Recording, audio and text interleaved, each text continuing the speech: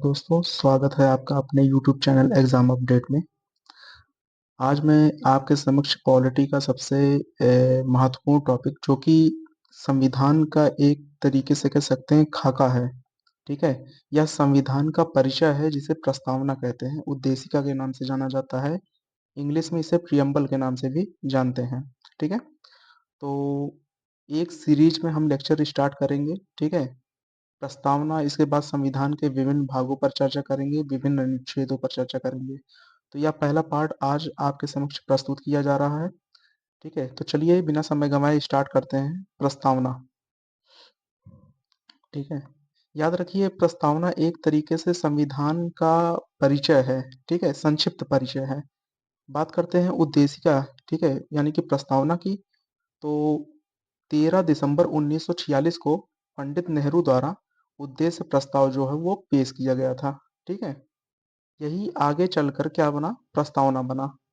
प्रस्तावना आखिर है क्या? तो याद रखिए, यह इसमें संविधान के स्वरूप का वर्णन किया गया है कि संविधान कैसा होगा, उसका स्वरूप कैसा होगा, ठीक है? वह न्यायिक प्रकृति में कैसा होगा, वह व्यवहारिक प्रकृति में कैसा होगा, ठीक है? तो संविधान सभा ने प्रस्तावना को स्वीकार किया। कब स्वीकार किया? याद रखिए, 22 जनवरी 1947 को संविधान सभा द्वारा प्रस्तावना को स्वीकार किया गया, ठीक है? आगे देखते हैं। प्रस्तावना जो है संविधान का एक संक्षिप्त रूप कहा जा सकता है, ठीक है? यह संविधान का दर्शन प्रस्तुत करता है। जब न्यायपालिका धर्म संकट में होती है ना, तो वह इस प्रस्तावना को ही आधार बनाती है, ठीक है? बात करते हैं प्रस्तावना की।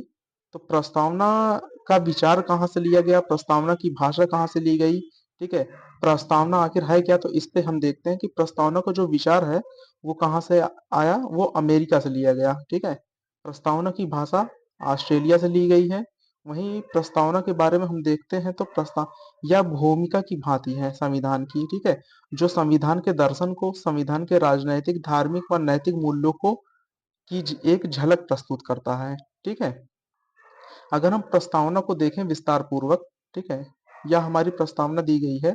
हम भारत के लोग भारत को एक संपूर्ण प्रभुत्व संपन्न, समाजवादी, पंथ निरपेक्ष एवं लोकतंत्रात्मक गणराज्य बनाने के लिए एवं भारत के समस्त नागरिकों को सामाजिक, आर्थिक एवं राजनैतिक न्याय, विचार अभिव्यक्ति, धर्म विश्वास एवं उपासना की स्वतंत्रता, प्रतिष्ठा एवं अवसर की समता प्रदान करने के लिए तथा उन सब में व्यक्ति की गरिमा एवं राष्ट्र की एकता व अखंडता को सुनिश्चित करने के लिए आज दृढ़ संकल्पित होकर हम दिनांक 26 नवंबर 1949, याद रखिए ये दिनांक अत्यंत ही महत्वपूर्ण है, को मिति मार्ग शीर्ष शुक्ल सप्तमी 2006 विक्रमी संवत को इस संविधान को अंगीकृत, अधिनियमित एवं आत्मार्पित करते हैं।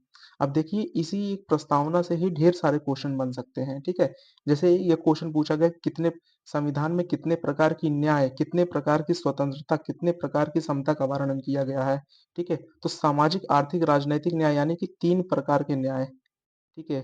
5 प्रकार की स्वतंत्रता, 2 प्रकार की समता और 1 प्रकार का बंधुत्व की इसमें वर्णन किया गया है, ठीक है? पूछा जाता है संविधान कब अंगीकृत किया गया, कब अधिनियमित किया गया, कब आत्म अर्पित किया गया? तो याद रखिए 26 नवंबर 1949 को संविधान जो है, प्रस्तावना जो है वो अंगीकृत, अधिनियमित एवं आत्म अर्पित किया गया, ठीक है? नेक्स्ट हम आगे देखते हैं प्रस्तावना के तत्व कौन-कौन से हैं। ठीक है? प्रस्तावना के तत्व, याद रखिए प्रस्तावना का स्रोत क्या है? हम भारत के लोग, we the people of India, यानी जो इस प्रस्तावना का जो स्रोत है वो भारत के लोग हैं, ठीक है? बात करते हैं इसके स्वरूप की। तो स्वरूप जो है इसका संपूर्ण प्रभुत्व संपन्न, समाजवादी, पंथ निरपेक्ष एवं लोकतंत्रात्मक गणराज्य है, ठीक है? यहाँ पे धर्म निरपेक्ष का एक विस्तृत रूप है पंथ निरपेक्ष, ठीक है? अर्थात धर्म के बीच में जो अनेकों पंथ होते हैं, ठीक है? जैसे सपोज दैट कोई धर्म है, ठीक है? कोई धर्म ए, मान लीजिए कोई धर्म ए है, ठीक है? चाहे हिंदू धर्म हो या मुस्लिम धर्म हो, कोई भी धर्म हो, इसके अंदर जो विभिन्न संप्रदाय होते हैं उन्हें पंथ कहते हैं, ठीक है? बात करते हैं उद्देश्य की। तो 3 प्रकार के न्याय, सामाजिक, आर्थिक एवं राजनैतिक न्याय, 5 प्रकार की स्वतंत्रता, विचार अभिव्यक्ति, धर्म विश्वास एवं उपासना की स्वतंत्रता, दो प्रकार की समता जिसमें प्रतिष्ठा एवं अवसर की समता का वर्णन किया गया है तथा बंधुता का इसमें वर्णन किया गया है, यानी भाईचारे का इसमें वर्णन किया गया है। नेक्स्ट देखते हैं कि प्रस्तावना के संदर्भ में किसने क्या कहा। ठीक है, यह भी वक्तव्य कई बार एग्जाम्स में पूछा जा सकता है कि प्रस्तावना को संविधान की आत्मा किसने कहा, प्रस्तावना को संविधान का परिचय पत्र किसने कहा, किसने दीर्घकालिक सपनों के विचारों की संज्ञा दी, किसने पवित्र दस्तावेज की संज्ञा दी, किसने संविधान में प्रस्तावना को जन्म कुंडली की संज्ञा दी। ठीक है, तो याद रखिए प्रस्तावना के संदर्भ में कुछ महत्वपूर्ण कथन है। ठीक है, जैसे N.A. पालकी वाला, इन्होंने कहा कि प्रस्तावना हमारे संविधान का पवित्र सॉरी परिचय पत्र है। ठीक है, प्रस्तावना हमारे संविधान का एक परिचय पत्र है। ठीक है, वहीं बात करते हैं अल्लादी कृष्णा स्वामी अय्यर की। तो अल्लादी कृष्णा स्वामी अय्यर ने प्रस्तावना को दीर्घकालिक सपनों का विचार कहा। ठीक है, तो याद रखिए दीर्घकालिक सपनों का विचार किसने कहा, अल्लादी कृष्णा स्वामी अय्यर ने कहा। वहीं बात करते हैं के एम मुंशी की। तो के एम मुंशी ने प्रस्तावना को संविधान की जन्म कुंडली की संज्ञा दी। ठीक है, नेक्स्ट है डॉक्टर बी आर अम्बेडकर। तो doctor B R Ambedkar ji ने कहा कि प्रस्तावना हमारे संविधान का पवित्र दस्तावेज है। ठीक है, तो पवित्र दस्तावेज की संज्ञा दी। बात करते हैं पंडित ठाकुर दास भार्गव की। तो पंडित ठाकुर दास भार्गव जी ने कहा कि प्रस्तावना हमारे संविधान की आत्मा है। ठीक है, प्रस्तावना हमारे संविधान की आत्मा है। याद रखिए डॉक्टर बी आर अम्बेडकर जी जो थे, इन्होंने आर्टिकल 32 को, ठीक है, आर्टिकल 32 को, ठीक है, यानी सुप्रीम कोर्ट द्वारा रिट जारी करने का अधिकार को, ठीक है, यानी संवैधानिक उपचारों के अधिकारों को doctor B R Ambedkar ji ने संविधान की आत्मा माना। लेकिन बात करते हैं पंडित ठाकुर दास भार्गव जी की। तो पंडित ठाकुर दास भार्गव ने संविधान की आत्मा किसे माना है, प्रस्तावना को माना है। ठीक है, यहाँ से कंफ्यूजन क्रिएट होता है, इसे याद रखेंगे। नेक्स्ट देखते हैं डॉक्टर सुभाष कश्यप। ठीक है, डॉक्टर सुभाष कश्यप जी ने कहा था कि यदि संविधान जो है शरीर है तो प्रस्तावना उसकी आत्मा है। ठीक है, और यदि प्रस्तावना एक आधारशिला है तो संविधान उस पर खड़ी अट्टालिका। ठीक है, यानी कि जो संविधान का जो बेस टिका हुआ है वो प्रस्तावना रूपी, ठीक है, प्रस्तावना रूपी आधारशिला पर ही टिका हुआ है। ठीक है, प्रस्तावना उसकी आधारशिला है।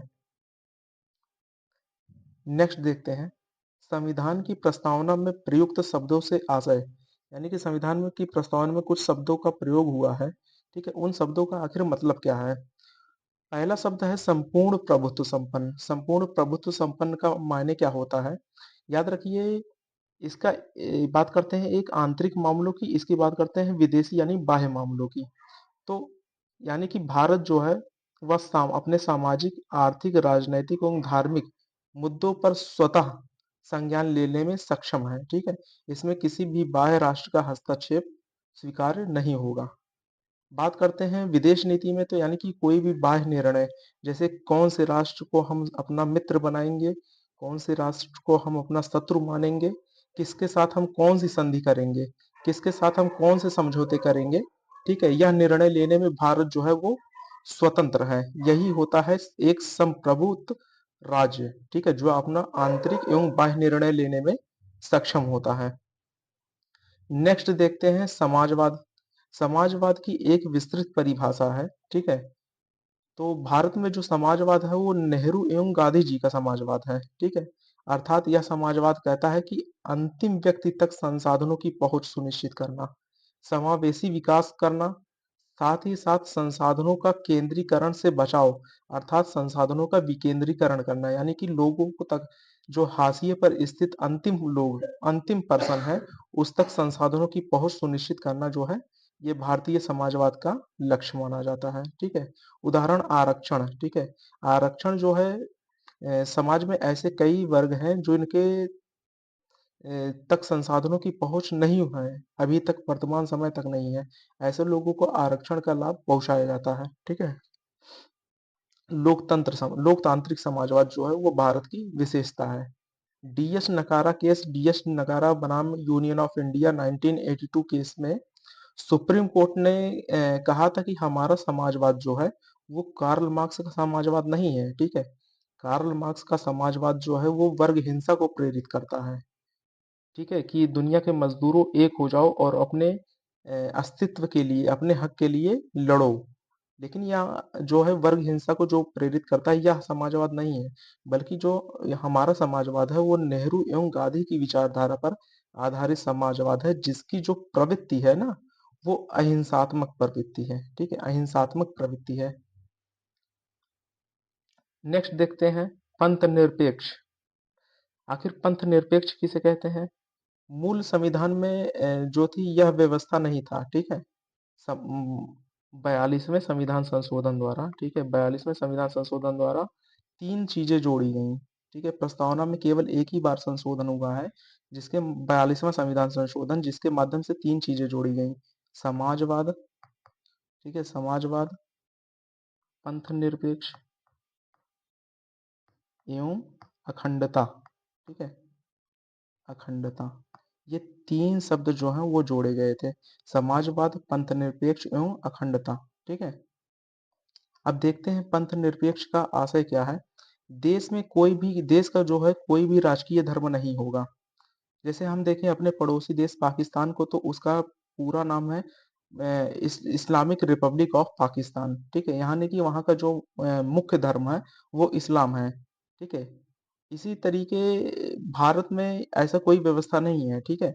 भारत में बहुसंख्यक जो है हिंदू हैं, लेकिन भारत हिंदू रिपब्लिक ऑफ हिंदुस्तान नहीं है, ठीक है? यानी कि भारत का कोई भी राजकीय धर्म नहीं होगा। धर्म के मामले में जो होगा राज्य तटस्थ रहेगा, ठीक है? नेक्स्ट, लोकतंत्रात्मक। आखिर लोकतंत्रात्मक व्यवस्था क्या होती है? इसका मतलब है कि अंतिम शक्ति जो है वो जनता में निहित होगी। जनता सरकार बनाएगी, सरकार को गिराएगी, ठीक है? भारत का जो लोकतंत्र है वो अप्रत्यक्ष लोकतंत्र का उदाहरण है, ठीक है? यानी कि जनता जो है सीधे प्रधानमंत्री को नहीं चुनती, सीधे राष्ट्रपति को नहीं चुनती। जनता द्वारा चुने गए जो प्रतिनिधि होते हैं, वे प्रधानमंत्री एवं राष्ट्रपति के चुनाव में हिस्सा लेते हैं, ठीक है? तो भारत की जो जनता है वो मेंबर ऑफ पार्लियामेंट्स को चुनती है, और मेंबर ऑफ पार्लियामेंट मिलकर प्राइम मिनिस्टर को एंड प्रेसिडेंट को चुनते हैं, ठीक है? नेक्स्ट देखते हैं, इसी प्रकार राष्ट्रपति का चुनाव जो है प्रत्यक्ष तौर पर जनता द्वारा नहीं किया जाता, जिस तरीके राष्ट्रपति का चुनाव अमेरिका में किया जाता है, ठीक है? प्रत्यक्ष लोकतंत्र का उदाहरण कौन सा देश है? स्विट्जरलैंड, ठीक है? स्विट्जरलैंड जो है वो जनता सीधे से अपनी शक्ति का प्रयोग करती है, जो कि प्रत्यक्ष लोकतंत्र का उदाहरण है। लेकिन भारत की बात करें तो भारत जो है अप्रत्यक्ष लोकतंत्र का उदाहरण है। नेक्स्ट देखते हैं गणराज्य। गणराज्य से क्या आशय है? याद रखिए जो राष्ट्राध्यक्ष होगा ना, ठीक है, वह वंशानुगत नहीं होगा, ठीक है? वंशानुगत नहीं होगा, वह निर्वाचित होगा। देश का कोई भी नागरिक, गणराज्य का असली आशय यह होता है कि देश का कोई भी नागरिक जो है अपनी योग्यता के अनुसार किसी भी प्रतिष्ठित पद तक पहुंचने के लिए सक्षम है। यानी कि किसी भी जाति, लिंग, समुदाय के आधार पर कोई भी भेदभाव नहीं होगा। व्यक्ति अपनी क्षमता के अनुसार देश के किसी भी प्रतिष्ठित पद तक पहुंच सकता है। उदाहरण के तौर पर हमारे वर्तमान राष्ट्रपति श्री द्रौपदी मुर्मू जी जो हैं, वो एसटी कम्युनिटी से, संथाल जनजाति से बिलोंग करती हैं, जो कि काफी पिछड़ी जनजाति मानी जाती है। लेकिन वो देश के सबसे प्रतिष्ठित पद पर, देश के प्रथम नागरिक के पद पर इस समय सुशोभित हैं। तो यह माना जा सकता है कि भारत में जो है, भारत एक असली गणराज्य है, ठीक है? बात करते हैं न्याय की। तो याद रखिए जो हमारे प्रस्तावना में सामाजिक, आर्थिक एवं राजनैतिक न्याय की व्यवस्था दी गई है, यह रूसी क्रांति 1917 से प्रेरित है, ठीक है? और इसे रूसी क्रांति 1917 से लिया गया है। सामाजिक न्याय क्या होता है? किसी भी व्यक्ति के साथ कोई भी भेदभाव नहीं किया जाएगा, अर्थात एक समान कानून लागू किया जाएगा। आर्थिक न्याय, सरकार संसाधनों का जो है समान, सरकार के जो संसाधन होंगे उस पर सभी व्यक्ति का समान अधिकार होगा, ठीक है? और अपराध के लिए समान सजा का प्रावधान किया गया है। राजनैतिक न्याय की बात करें तो किसी भी राजनैतिक या प्रशासनिक पद पर पहुंचे व्यक्ति हेतु योग्यता जो है वो सबसे ज्यादा महत्वपूर्ण होगी, ठीक है, बनिस्बत पीढ़ीगत या अन्य आधार। नेक्स्ट देखते हैं स्वतंत्रता का उल्लेख। याद रखिए स्वतंत्रता का जो उल्लेख वो प्रस्तावना के साथ साथ फंडामेंटल राइट, यानी कि मूल अधिकार के अनुच्छेद 19 में भी किया गया है, ठीक है। वहीं बात करें राष्ट्र की एकता व अखंडता की, तो याद रखिए राष्ट्र की एकता व अखंडता का जो उल्लेख किया गया प्रस्तावना के साथ साथ फंडामेंटल ड्यूटी यानी कि मूल कर्तव्यों में किया गया है, ठीक है। स्वतंत्रता फंडामेंटल राइट में है, ठीक है, जिसमें लिंग, वंश, जाति, मूल वंश, सॉरी, विचार, अभिव्यक्ति, धर्म, विश्वास एवं उपासना की स्वतंत्रता, ठीक है। स्वतंत्र भ्रमण करने की स्वतंत्रता, ठीक है। देश के भीतर कहीं भी बस जाने की स्वतंत्रता, यानी कि स्वतंत्रता का जो उल्लेख किया गया वो फंडामेंटल राइट में भी किया गया है प्रस्तावना के साथ साथ। लेकिन एकता व अखंडता को जो वर्णन किया गया प्रस्तावना के साथ साथ फंडामेंटल ड्यूटी में भी किया गया है। नेक्स्ट देखते हैं स्वतंत्रता। याद रखिए स्वतंत्रता जो है विचार की स्वतंत्रता, अभिव्यक्ति की स्वतंत्रता, धर्म, विश्वास एवं उपासना की स्वतंत्रता, ये 5 प्रकार की स्वतंत्रता जो है वो हमारे प्रस्तावना में वर्णित हैं। प्रतिष्ठा एवं अवसर की समता अर्थात समाज के सभी वर्गों का बिना भेदभाव के समान जो है उनका अवसर उपलब्ध कराया जाएगा समाज के सभी वर्गों के लिए। व्यक्ति की गरिमा के संदर्भ में के एम मुंशी जी का एक वक्तव्य है, ठीक है। के एम मुंशी का एक वक्तव्य है कि व्यक्ति के गौरव से आशय यह है कि संविधान न केवल वास्तविक रूप से भलाई तथा लोकतंत्र की मौजूदगी सुनिश्चित करता है, बल्कि यह मानता है कि हर व्यक्ति का यानी कि प्रत्येक व्यक्ति का जो है व्यक्तित्व वह पवित्र है, ठीक है। अर्थात यह प्रत्येक व्यक्ति के जो व्यक्तित्व को पवित्र मानता है, ठीक है। नेक्स्ट देखते हैं प्रीलिम्स ओरिएंटेड कुछ प्रश्न हैं, इन पर हम देखते हैं कि कौन कौन से प्रश्न आखिर एग्जाम्स में बनते हैं। हालांकि इनके प्रश्नों को मैं विस्तार तौर पर कराऊंगा, लेकिन फिर भी कुछ महत्वपूर्ण प्रश्नों का संकलन मैंने यहाँ पर रखा है।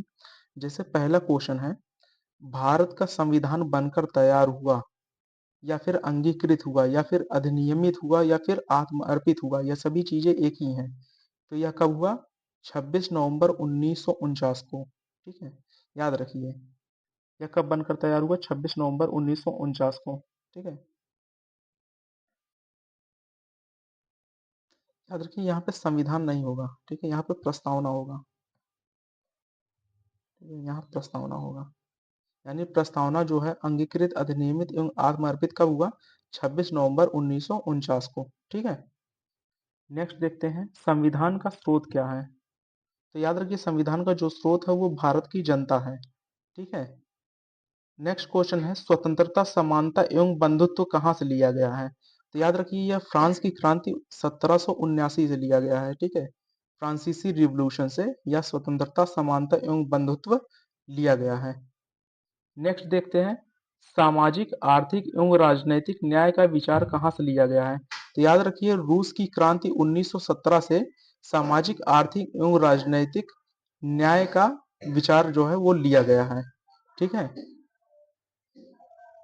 नेक्स्ट देखते हैं प्रस्तावना जो है संशोधनीय है कि नहीं, ठीक है। यह प्रश्न अक्सर पूछा जाता है कि प्रस्तावना में संशोधन किया जा सकता है कि नहीं। तो याद रखिए प्रस्तावना में संशोधन जो है वर्तमान समय के अनुसार बिल्कुल किया जा सकता है, लेकिन पहले यह व्यवस्था नहीं थी। कुछ केसों के माध्यम से हम देखते हैं, जैसे बेरूबारी संघ मामला 1960 में आया था, जिसमें कहा गया था संविधान में संशोधन नहीं किया जा सकता है, क्योंकि संविधान उस समय जो था प्रस्तावना उस समय संविधान का भाग नहीं हुआ करता था। लेकिन बाद में चल के 1973 में केशवानंद भारती मामला आता है, जिसमें बताया जाता है कि प्रस्तावना में जो है संविधान का भाग है और उसमें संशोधन किया जा सकता है, ठीक है। तो पूछा जाएगा कि किस केसेस के माध्यम से जो है प्रस्तावना को संविधान का भाग स्वीकार किया गया, तो केशवानंद भारती मामला, ठीक है, केशवानंद भारती मामला। प्रस्तावना में संशोधन जो है वो अनुच्छेद 368 के तहत किया जा सकता है, लेकिन याद रहे मूल ढांचे में परिवर्तन नहीं होना चाहिए, ठीक है। और मूल ढांचे की जो परिभाषा है वो अभी तक स्पष्ट नहीं है, ना कि सुप्रीम कोर्ट के द्वारा दी गई है। सुप्रीम कोर्ट ने मूल ढांचे के बारे में कहा गया कि वह समय पर यह निर्णय लेगा कि क्या मूल ढांचे के अंतर्गत आएगा, ठीक है। यानी कि इसका जो प्राधिकार है वो सुप्रीम कोर्ट अपने पास रखता है। बात करते हैं प्रस्तावना की, तो याद रखिए प्रस्तावना जो है वो वाद योग्य, परिवर्तनीय यानी फोर्सिएबल, ठीक है, नहीं है। अर्थात प्रियम्बल इज नॉट इनफोर्सिएबल और इनजस्टिएबल। इसे कोर्ट में नहीं ले जाया जा सकता है, ठीक है, आधार बनाकर। प्रस्तावना के संदर्भ में देखते हैं कि प्रस्तावना में केवल एक बार संशोधन हुआ है, ठीक है, जिसे हम 42वें संविधान संशोधन 1976 के नाम से जानते हैं, जिसके तहत समाजवाद, अंतर्निरपेक्ष और अखंडता शब्द को जोड़ा गया। डीएस नकारा केस 1982 में यह कहा गया, ठीक है, डीएस नकारा बनाम भारत संघ मामला एक लैंडमार्क केस था, ठीक है।